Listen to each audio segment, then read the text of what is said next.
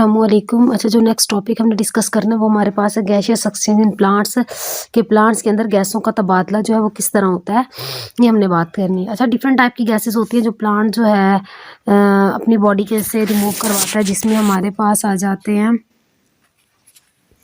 Carbon dioxide gas आ जाती है और ऑक्सीजन गैस आ जाती है। ये जो मेजर गैसेस हैं जिनका जो है प्लांट की बॉडी जो है वो एक्सचेंज करती है। अच्छा, वो कह रहे हैं जब दिन का वक़्त होता है तो जितने भी प्लांट सेल हैं उनमें रेस्पिरेशन भी हो रही होती है और इनमें फोटोसिंथेसिस भी हो रही होती है दिन के वक़्त। दिन के वक़्त रेस्पिरेशन भी होती है और फोटोसिंथेसिस भी होती है। तो फिर जब फोटोसिंथेसिस होती है उसमें कार्बन डाइऑक्साइड इस्तेमाल होती है और ऑक्सीजन रिलीज़ होती है। तो और जो रेस्पिरेशन है उसमें ऑक्सीजन यूज़ होती है और कार्बन डाइऑक्साइड रिलीज़ होती है। यानी अगर मैं आप लोगों को इक्वेशन बताऊँ, कार्बन डाइऑक्साइड प्लस वाटर, यहाँ बनेगा ग्लूकोज प्लस ऑक्सीजन। ये हमारे पास जो इक्वेशन है ना, ये इक्वेशन हमारे पास है फोटोसिंथेसिस की। लेकिन अगर मैं इसको उल्ट कर दूं, अगर मैं एरो इस तरफ लगा दूं तो ये किसकी इक्वेशन बनेगी?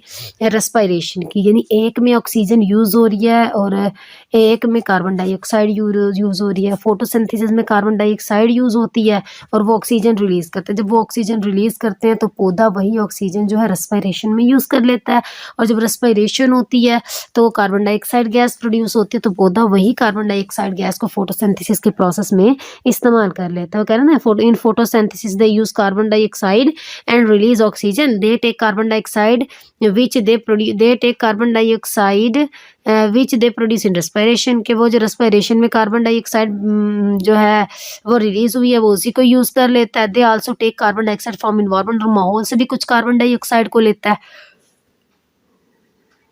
फिर इसी तरह इन रेस्पिरेशन में क्या करते हैं? The use oxygen produce during photosynthesis. वो ऑक्सीजन वो यूज़ करता है जो फोटोसिंथेसिस में प्रोड्यूस होती है। इसके अलावा कार्बन डाइऑक्साइड को माहौल में रिलीज कर देता है। सो ड्यूरिंग डे टाइम, दिन के वक्त लीव्स जो है वो ऑक्सीजन को रिलीज कर रहे हैं और कार्बन डाइऑक्साइड को ले रहे हैं फ्रॉम इन्वायरमेंट, माहौल से। ठीक है, माहौल से भी लेते हैं कुछ, ये फोटोसिंथेसिस और रेस्पिरेशन का प्रोसेस होता है उसमें भी एक्सचेंज कर लेते हैं। लेकिन रात के वक्त सिर्फ रेस्पिरेशन होती है तो फोटोसिंथेसिस नहीं होती, तो पौधे को ऑक्सीजन माहौल से लेनी पड़ती है और कार्बन डाइऑक्साइड माहौल में रिलीज करनी पड़ती है। दिन के वक्त इतना ज़्यादा नहीं होता लेने और देने वाला काम पौधे का, ऑक्सीजन और कार्बन डाइऑक्साइड को लेने देने वाला काम, क्योंकि दिन के वक्त जो है कार्बन डाइऑक्साइड जो है ना वो जो प्रोड्यूस होती है जो रेस्पिरेशन में, वो फोटोसिंथेसिस में यूज़ हो जाती है और फोटोसिंथेसिस में जो ऑक्सीजन इस्तेमाल होती है वो जो है उसमें यूज़ हो जाती है रेस्पिरेशन में। लेकिन रात के वक्त हम बात करें फोटोसिंथेसिस नहीं होती तो पौधे को ऑक्सीजन की ज़रूरत होती है, तो पौधा माहौल से ऑक्सीजन लेता है और जो कार्बन डाइऑक्साइड है उसको माहौल में ही रिलीज़ कर देता है। अच्छा, उसके बाद अगर हम बात करें कि किस किस साइड से जो है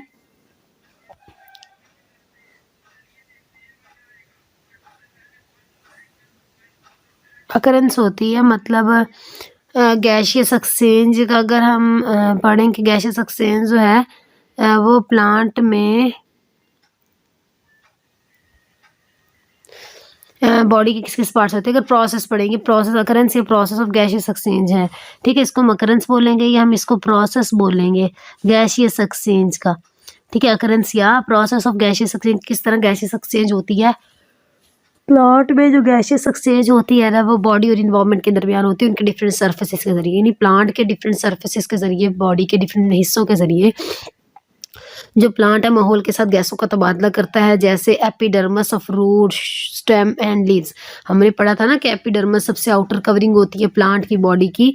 तो प्लांट की बॉडी में जो एपिडर्मस है, बेशक वो रूट की है, बेशक वो स्टेम की है, बेशक वो लीफ की है, वो क्या करती है? एक्सचेंज में हेल्प करती है सेल और इन्वायरमेंट के दरमियान। यानी अगर बॉडी के किसी भी सेल के अंदर जो है उसने किसी चीज़ का तबादला करना तो एपिडर्मस हेल्प करेगी, बेशक वो एपिडर्मस रूट की है, बेशक वो स्टेम की है, बेशक वो लीफ की है। उसके बाद इन एपिडर्मिस के ऊपर एक क्यूटिकल की लेयर भी मौजूद होती है। क्यूटिकल जो है एक जो है लेयर होती है, वैक्सी लेयर होती है, स्लाइमी लेयर होती है जो एपिडर्मिस के ऊपर मौजूद होती है, जो भी गैसियस एक्सचेंज में हेल्प करती है। अभी अगर हम बात करें ना प्रोसेस ऑफ गैसियस एक्सचेंज का, तो हमने बात किया ना कि डिफरेंट सरफेसेस गैसियस एक्सचेंज में इन्वॉल्व होते हैं। अच्छा, एपिडर्मिस इन्वॉल्व होती है, दूसरा क्यूटिकल इन्वॉल्व होता है, फिर आगे जो है स्टोमेटा के जरिए भी होती है गैसियस एक्सचेंज। स्टोमेटा किन में मौजूद होते हैं? पत्तों में और यंग स्टेम्स में।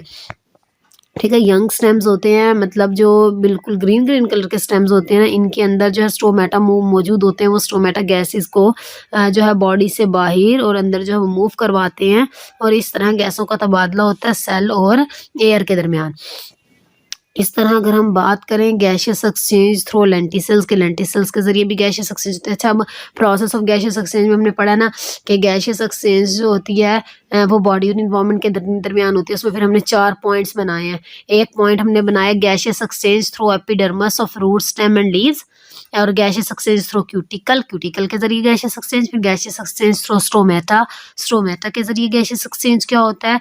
और उसके बाद हमारे पास है गैसियस एक्सचेंज थ्रू लेंटिसल्स के साथ जो है लेंटिसल्स कैसे हेल्प करता है गैसियस एक्सचेंज।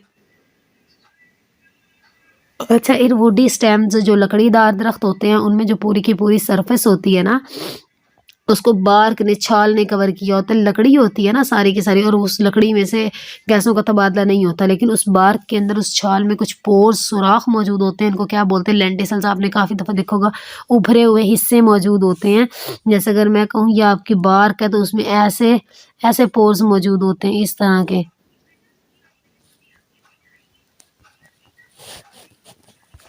इस तरह के मौजूद होते हैं। इसको हम क्या बोलते हैं?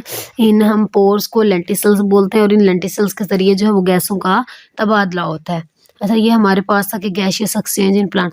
अच्छा, अब यहाँ पे ना एक सवाल जो है वो ये बनता है कि ये पूछ सकते हैं difference between stomata and lenticels, या ये भी पूछ सकते हैं how gaseous exchange occur through stomata and lenticels. ठीक है, ये एक सवाल इस तरह बन सकता है, और एक सवाल इस तरह बन सकता है how gaseous exchange takes place in young stems and leaves, या how gaseous exchange take place in woody stems. समझ आ गई? ये 2-3 सवाल जो हैं वो डिफरेंट तरीके से बन सकते हैं। तो ये हमारे पास गैसियस एक्सचेंज वाला टॉपिक था कि पौधे किस तरह अपनी बॉडी से डिफरेंट गैसेस जो है उनका तबादला करते हैं, ऑक्सीजन और कार्बन डाइऑक्साइड का। दिन के वक्त तो इतनी ज़रूरत नहीं होती माहौल से लेने की, क्योंकि फोटोसिंथेसिस रेस्पिरेशन दोनों हो रहे होते हैं। रात के वक्त ज़रूरत होती है। फिर डिफरेंट जो है साइड से उनकी डिफरेंट सर्फेसिस से उनकी गैसियस एक्सचेंज होती है, क्यूटिकल से, एपिडर्मिस से, लेंटिसल्स से और स्टोमेटा के ज़रिए। ठीक है, ये हमारे पास जो है वो टॉपिक था गैसियस एक्सचेंज इन प्लांट्स का।